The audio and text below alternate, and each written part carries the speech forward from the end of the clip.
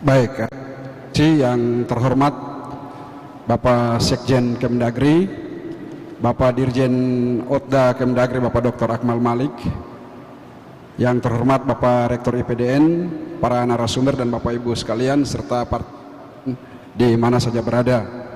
Pertama-tama terima kasih banyak pada Bapak Rektor IPDN yang telah berkenan memberikan kesempatan untuk dapat berbagi dalam diskusi di seminar ini. Panitia mohon ditampilkan materi saya.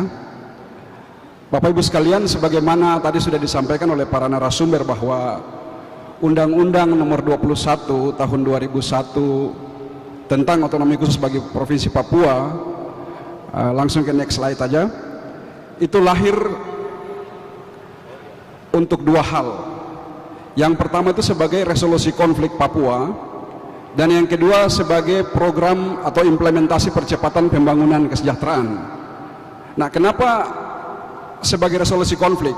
Karena kelahirannya itu diawali dengan konflik berkepanjangan yang terjadi sejak tahun 1960 sampai dengan tahun 2000. Sehingga pada tahun 99 dan tahun 2000 itu lahir dua TAP MPR yang mengamanatkan harus ada resolusi konflik dan percepatan pembangunan kesejahteraan. Yang kedua, kenapa perlu ada percepatan pembangunan kesejahteraan? Karena teman-teman provinsi lain mulai dari Aceh sampai dengan Maluku itu sudah mulai membangun provinsinya sejak tahun 1945. Sedangkan provinsi Papua itu baru mulai membangun dengan Undang-Undang Nomor 19 Tahun 1969 tentang pembentukan Provinsi Irian Barat dan Kabupaten Otonom di Provinsi Irian Barat. Jadi tahun 1970 itu baru ada Provinsi Irian Barat dan 9 bupati. Oleh karena itu pembangunannya itu dimulainya belakangan. Oleh karena itu perlu didorong, diberi percepatan supaya bisa dalam satu front line bersama teman-teman provinsi yang lain. Next slide. Baik, oleh karena itu ada dua amanat di situ. Yang pertama adalah amanat untuk menyelesaikan kasus-kasus pelanggaran HAM berat masa lalu yang menjadi masalah yang selama ini tidak terselesaikan dengan baik, dan yang kedua adalah pembangunan kesejahteraan. Next slide. Jadi Bapak Ibu sekalian, saya biasa sampaikan bahwa tanah Papua, tanahnya ini itu ibarat seorang gadis yang cantik yang diinginkan oleh banyak orang. Lalu orang-orang Papua itu ibarat orang tua atau ibarat bapak dengan mama dari gadis yang cantik itu. Karena mengetahui bahwa anak gadisnya ini cantik dan diinginkan oleh banyak orang, maka bapak dan ibunya ini selalu curiga terhadap setiap laki-laki yang lewat di depan rumahnya. Apalagi kalau ada laki-laki yang berhenti tengok-tengok ke dalam, pasti mulai berbagai siapa dia ini, orang tuanya siapa, tinggalnya di mana, kerjanya di mana, untuk apa dia kesini, dan berbagai pertanyaan lain selalu muncul. Nah, kita sendiri kalau mau memiliki gadis itu caranya macam-macam. Bisa saja kita ambil dengan paksa, atau bisa juga dengan cara yang lebih baik. Kita datang menghadap orang tuanya, kita sampaikan keinginan kita bahwa kita senang dengan anak gadisnya. Bapak, mama, kalau bapak dan mama mempercayakan anak gadis ini kepada saya, maka saya janji saya akan jaga dia dengan baik, saya akan penuhi semua kebutuhannya, dan saya akan jaga bapak dengan mama juga. Kalau kita bisa meyakinkan hati kedua orang tuanya bahwa kita bermaksud baik, maka kedua orang tuanya akan bilang begini, anak laki-laki, mohon maaf, selama ini kami hanya mendengar dari cerita-cerita orang saja bahwa anak ini orangnya jahat, tukang mabuk, tukang rampok, tukang bunuh, tapi ternyata anak ini orangnya baik. Oleh karena itu begini, tidak usah bawa anak gadis ini pergi. Bapak dengan mama ini sudah tua. Di depan rumah ini ada laut, ada kali, banyak ikan di sini. Di belakang rumah ada sagu banyak. Di sini ada sayur, di sebelah kiri ada rica, tomat, semuanya ada. Tidak usah pergi, tinggallah sama-sama bersama kita di sini. Dan kau jaga anak gadis ini, kau jaga juga kebun, kau jaga dusun, kali, laut, semua kau jaga di sini. Next slide. Nah, pada tahun 60-an kondisi Papua itu seperti itu. Jadi dari arah barat laut itu datang Jepang, menduduki Biak, Babo, Bentuni dan sebagian Jayapura. Dari arah timur itu datang Inggris dari Port Moresby, masuk di Mare. Tujuannya mau ngambil ini Papua. dari arah selatan ini, dari bawah sini kalau di pulau ini datang juga Australia dengan Selandia Baru mau ngambil juga Papua. Lalu dari arah tenggara sini datang juga Indonesia di bawah pimpinan Komodor Yosudarso mau ngambil juga Papua. Lalu dari arah timur laut datang Amerika di bawah pimpinan Jenderal MacArthur, sempat melumpuhkan Jepang di Jayapura dengan di Biak dan Babo. Lalu di atas tanah ini ada duduk juga Belanda. Belanda ini dia bilang, loh kalian ini mau ngapain?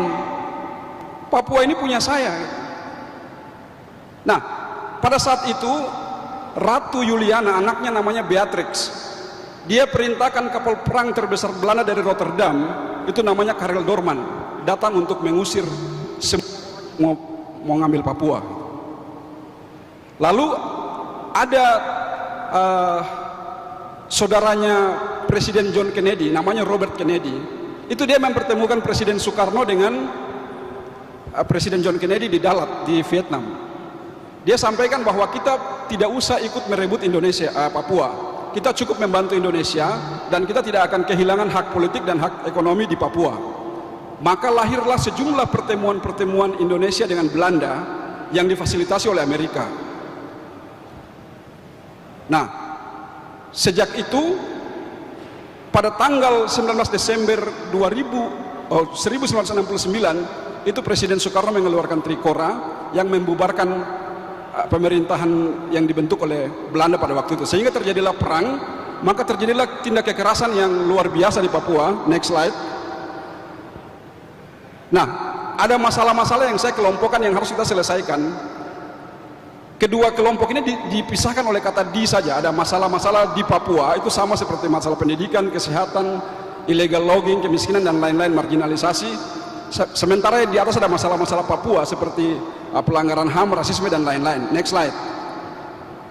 Nah, ada 4 hal yang melatar belakangi kenapa kita harus selesaikan dulu masalah-masalah itu sebelum kita lakukan percepatan pembangunan kesejahteraan. Yang pertama, latar belakang sosiologis itu adanya tindak kekerasan yang terjadi sejak tahun 1960 yang berpotensi terjadi pelanggaran HAM. Dan yang kedua, adanya ingatan penderitaan atau memoria pasionis. Jadi ketika terjadi puluhan, itu banyak anak-anak kecil yang menyaksikan bagaimana orang tua mereka itu gugur di depan mata mereka.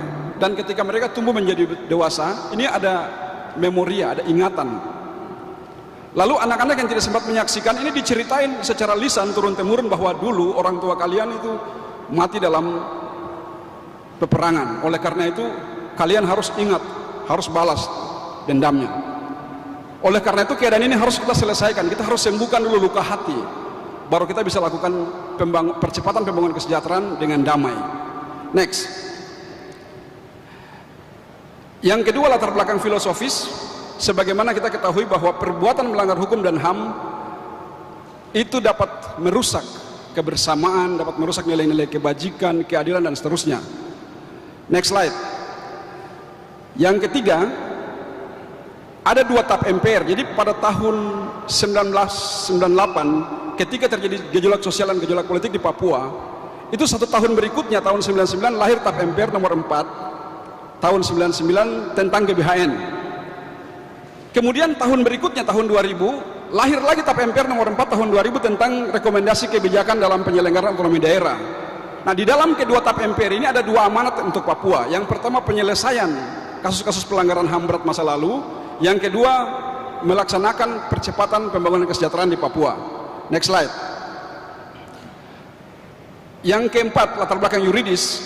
Ini secara operasional yang poin ketiga, ada amanat dalam Undang-Undang Otsus sebagai penjabaran dari tap MPR tadi untuk kita harus segera menyelesaikan kasus-kasus pelanggaran HAM. Karena Bapak Ibu, kalau Bapak Ibu baca, Bapak Ibu dengar berita di berbagai media tentang semua permasalahan yang terjadi di Papua, itu hanya satu saja, masalah pelanggaran HAM. Oleh karena itu, hal apa yang bagi orang Papua menjadi masalah, maka hal itulah yang sebaiknya kita selesaikan dulu sebelum kita melakukan hal-hal yang lain. Oke, next slide. Saya kira, jadi dulu kita melihat masalah Papua itu sepele saja.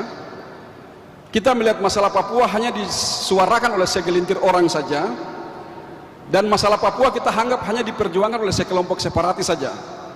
Bapak Ibu sekalian, pada tahun 60-an waktu Trikora, itu pejuang-pejuang Papua Merdeka seperti yang tadi Pak Komar sampaikan itu benar, bahwa sekarang ini tambah besar.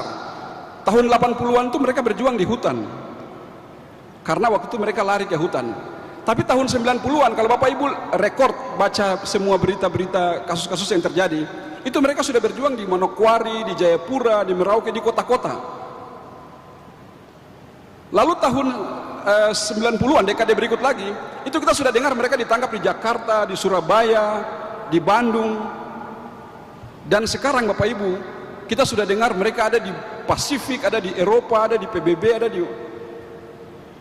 Jadi kita tidak bisa anggap sepele lagi. Harus kita serius menyelesaikan apa yang menjadi rekomendasi dari TAP MPR tadi. Next slide. Jadi dulu masalah Papua diperjuangkan dengan isu HAM, yang mana kita masih bisa klarifikasi dan dunia internasional pun masih bisa toleransi juga.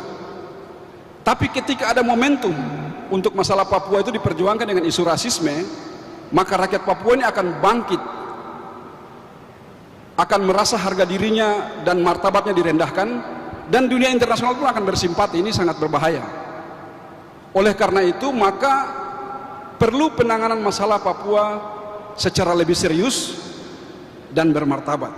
Oleh karena itu tadi saya kasih subtopik itu, bagaimana menyelesaikan masalah-masalah Papua secara bermartabat dengan cara rekonsiliasi.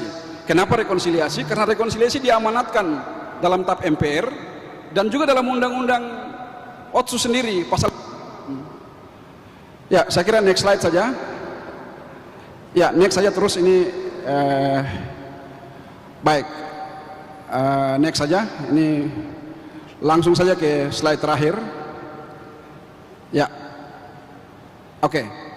Jadi Bapak Ibu sekalian, di Papua, di kampung-kampung itu sering juga ada konflik yang berujung juga pada jatuhnya korban jiwa. Apakah konflik masalah perempuan, konflik masalah tempat cari makan, konflik sosial, konflik politik, misalnya masalah pemilihan kepala kampung atau kepala daerah, macam-macam, yang juga ada korban juga. Tapi kemudian orang di kampung bisa kembali hidup berdampingan secara damai, berburu sama-sama, cari ikan sama-sama, cari makan sama-sama, seolah-olah tidak ada konflik. Padahal konfliknya sudah diselesaikan secara damai. Kenapa bisa diselesaikan secara damai? Karena pertama, pihak pelaku biasanya datang kepada pihak korban, mengakui kesalahan, meminta maaf, dan rekonsiliasi. Rekonsiliasi itu biasa kalau dari apa kita sebut restitusi. Restitusi itu semacam, kalau dari negara kepada rakyat namanya kompensasi, tapi kalau rakyat dengan rakyat ganti rugi. Jadi kalau Ibu Vivi ini saya tabrak mobilnya, Ibu akan marah sama saya. Kalau saya membenarkan diri dan menyalahkan Ibu, maka konfliknya akan semakin besar. Tapi kalau saya minta maaf kepada Ibu bahwa saya tadi salah, saya bermaksud menghindari seorang ibu yang menyeberang, tapi lihat Ibu Vivi dari arah yang berlawanan sehingga terjadi tabrakan. Oleh karena itu saya mohon maaf. Selanjutnya saya akan memperbaiki, mengganti kerugian yang timbul, maka nanti Ibu ini bisa memaafkan saya. Jadi pertama harus ada pengungkapan kebenaran, lalu saling memaafkan berrekonsiliasi, dan yang ketiga adalah kompensasi atau ganti rugi.